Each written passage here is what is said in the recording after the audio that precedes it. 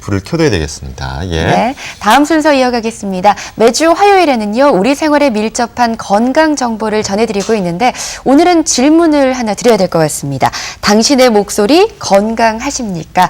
자, 이 질문에 답변을 해주실 분을 오늘 모셨는데요. 우송대 언어치료 청각재활학부 김명찬 교수와 함께합니다. 네, 안녕하세요. 네, 안녕하세요. 예, 반갑습니다. 예. 네. 이 목소리 전문가가 나온다고 하니까 괜히 좀 목소리에 좀 신경이 쓰이게 되더라고요. 그러니까요. 예. 자, 우리 목소리의 중요성을 직업상 잘 알고 있는데요. 사실 목소리가 어떻게 왜 중요한지 좀 처음에 좀 짚어주신다면요. 예. 네, 맞습니다. 목소리의 경우 단지 의사소통의 수단만으로만 보진 않습니다. 네. 미국의 사회심리학자 엘버트 메라비언이 한 말 중에 우리 첫 인상의 3분의 1 이상이 말소리, 우리 목소리가 결정한다라고 하는 말이 있습니다. 그렇듯이 우리 말소리는 사람의 전체적인 인상이라든지 우리가 말을 할 때, 대화를 할 때 신뢰감을 형성해주는 중요한 요소 가운데 하나라고 볼 수가 있습니다.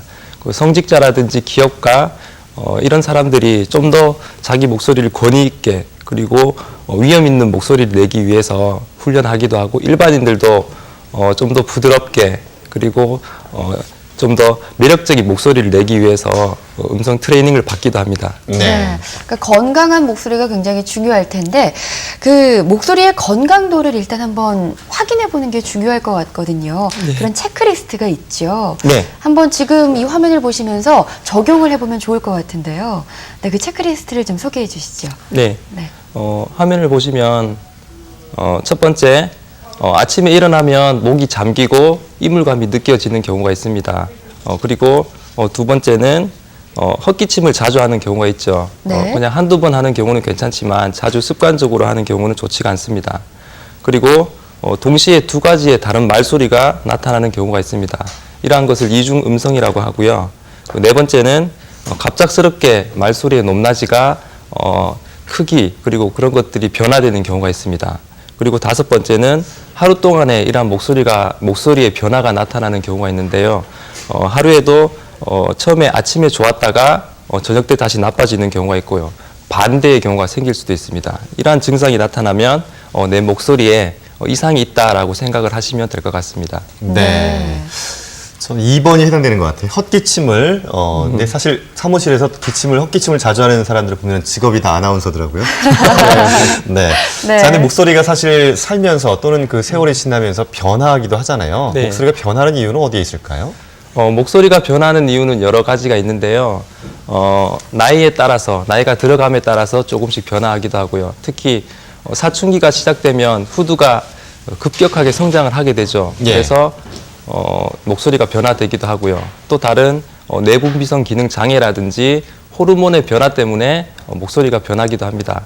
그리고 여성의 경우에 일부 피임약을 복용하는 여성의 경우에 좀 더 남성적으로 목소리가 허스키하게 변하는 경우도 있고요. 네. 그리고 갱년기 여성의 경우에도 호르몬의 변화 때문에 목소리가 좀 더 남성적으로 둔탁하게 변하는 경우도 있고요. 그리고 성대에 여러 가지 질환들이 있어요. 그러한 질환들 때문에 목소리가 변하기도 합니다. 네. 그러니까 여러 가지 이유로 목소리가 충분히 변할 수 있다는 건데 이 변한 목소리를 다시 건강한 목소리로 돌릴 수가 있나요? 예, 물론 가능합니다. 성대의 질환에 따라서 그 말소리의 변화가 그 성대의 질환에 따라서 나타날 수도 있고 그렇지 않을 수도 있는데요. 만약에 성대의 질환 때문에 목소리의 변화가 나타난다면 먼저 이비인후과 전문의를 통해서 이게 정말 성대 질환 때문에 목소리가 변화가 나타난 건지 아닌지를 판단하는 것이 중요하고요. 예. 만약에 성대 질환 때문에 음성에 문제가 나타났다. 그러면 먼저 그 의료적인 처치를 먼저 하고 난 다음에 음성 치료를 하셔야 되고 네. 그다음에 그렇지 않다면 바로 음성 치료를 받으시면 됩니다. 네. 그리고 음성 치료를 하는 경우 그리고 이비인후과에서 이 의료적인 조치를 한 다음에 목소리가 많이 호전되는 경우가 있는데 호전되더라도 이전의 습관대로 그대로 말소리를 사용을 하게 되면 네. 또다시 재발하는 경우가 있어요. 그렇기 때문에 음성 치료를 통해서 계속적으로 말소리를 관리받으시는 것이 중요합니다. 네. 네. 말소리를 내는 데 있어서 안 좋은 습관이 뭘까? 이것도 좀 궁금해지거든요. 자, 저희가 그 화면을 통해서 음성 치료에 관한 영상을 좀 준비해 봤습니다. 영상을 좀 보시면서 좀 설명을 좀 곁들여 주면 고마울 것 같아요. 예. 네. 자, 영상, 예, 나오고 있죠? 자, 일단 지금은 어떤 네. 걸 뭐 진단하는 과정인가요? 예, 지금은 음성 평가 기구를 통해서 환자의 음도라든지 강도 그리고 유무성 이런 것들을 종합적으로 점검할 수 있는 거고요. 예. 간단하게 길게 에라고 하는 발성을 통해서 음성을 평가하게 되는 것입니다. 네. 자, 저 수치가 또 어떻게 나와야 또 좋은 걸까요? 예. 예, 지금 않는 거라고 했잖아요. 그래서 이게 100%였고 네, 어느 날 갑자기 회사에서 회의 시간에 목소리가 이렇게 딱 안 나와 버렸어요. 의사소통하는데도 문제가 있고 제 스스로도 목소리가 제가 하고 싶은 말을 시원하게 못하니까 스스로도 많이 위축되는 부분이 있고 네, 일단은 직장생활 하는데 많이 힘들고 이렇게 갑자기 변하는 경우도 네. 있네요. 네. 예, 이 환자의 경우에는 성대 질환이 없이 갑작스럽게 스트레스로 인해서 목소리가 변화된 경우고요. 수도 없었다. 네. 목적지인 진영에 헤드셋은 자기 목소리를 들으라고 끼는 거죠? 예, 자기 목소리를 듣는다기보다는 네. 그 헤드셋을 통해서 자기 목소리가 나가면 기계에서 그거를 평가를 해주게 됩니다. 아, 그렇군요. 지금은 차폐 접근법인데요. 예. 이런 기능성 실성증 환자들 같은 경우에 종종 정상적인 발성을 유도하기 위해서 이렇게 유도를 하고 네. 지금 같은 경우에는 밀기 접근법이에요. 성대가 강하게 접촉하지 않는 환자들 같은 경우에 이러한 밀기 접근법을 통해서 정상적으로 성대가 접촉할 수 있도록 도와주는 것입니다. 네. 네. 밀기 접근법. 네. 그러니까 이 호흡과 발성, 그러니까 자세가 굉장히 중요한 거잖아요. 네. 건강한 목소리를 위해서 좀 신경을 써야 할 부분들에 대해서 좀 더 짚어주세요. 예, 우리가 말을 할 때 성대뿐만이 아니라 여러 가지 호흡이라든지 자세 이런 부분들도 되게 중요하죠. 그래서 우리가 흔히 복식 호흡이라고 하죠. 복식 호흡을 간단하게 설명해 드리면 코로 천천히 숨을 들이신 다음에 예, 그렇게 하게 되는 거고요. 지금 같은 경우에 여러 가지 스트레칭 이런 것들이 되게 중요한데요. 네. 성대 이완에 좋은 지금 화면을 보시면 어깨 스트레칭이죠. 그리고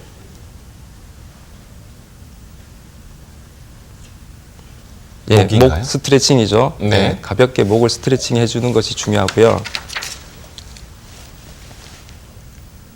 목 스트레칭을 할 때 가볍게 머리를 눌러주는 것이 중요합니다. 네. 자리에 앉아서도 뭐 충분히 할 수 있는 스트레칭이니까 네. 생각날 때마다 네, 하면 지금 좋겠네요. 화면에 보이는 장면들은 충분히 집에서도 간단하게 또 의자에 앉아서도 할 수 있는 스트레칭이고요. 네. 우리가 말을 할 때 좋은 이완시켜줄 수 있는 좋은 자세라고 볼 수가 있습니다. 네.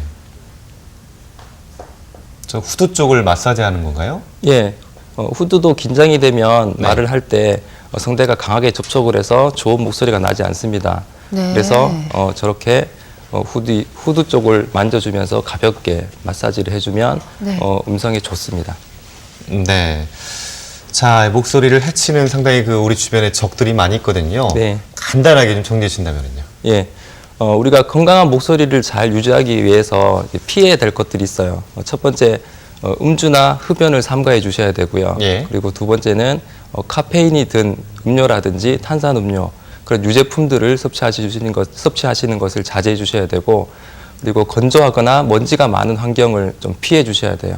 그리고 아까도 말씀드렸지만 헛기침을 너무 자주 하는 것은 습관적으로 자주 하는 것은 좋은 습관이 아니고요. 예. 그 자기 한두 시간 전에는 되도록이면 음식 섭취하는 것을 피해 주셔야 됩니다. 네. 그리고 우리가 좋은 음성을 유지하기 위해서 좋은 습관을 가지셔야 되는데 그 중에 하나가 충분한 수분을 섭취해 주셔야 됩니다. 하루에 8잔 이상 우리가 종이컵 있죠? 네. 종이컵으로 8잔 정도 하루에 마셔주시면 되고요.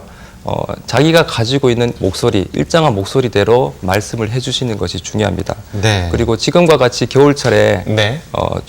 춥기 때문에 목소리를 좀 따뜻하게 해주고 또 습도를 잘 유지해 주시는 것이 우리가 좋은 건강한 말소리를 유지하는 데 있어서 중요합니다. 알겠습니다. 네. 자, 오늘 좋은 목소리에 관한 도움 말씀은요, 김명찬 교수였습니다. 오늘 말씀 고맙습니다. 네, 고맙습니다. 고맙습니다. 네, 지금 여러분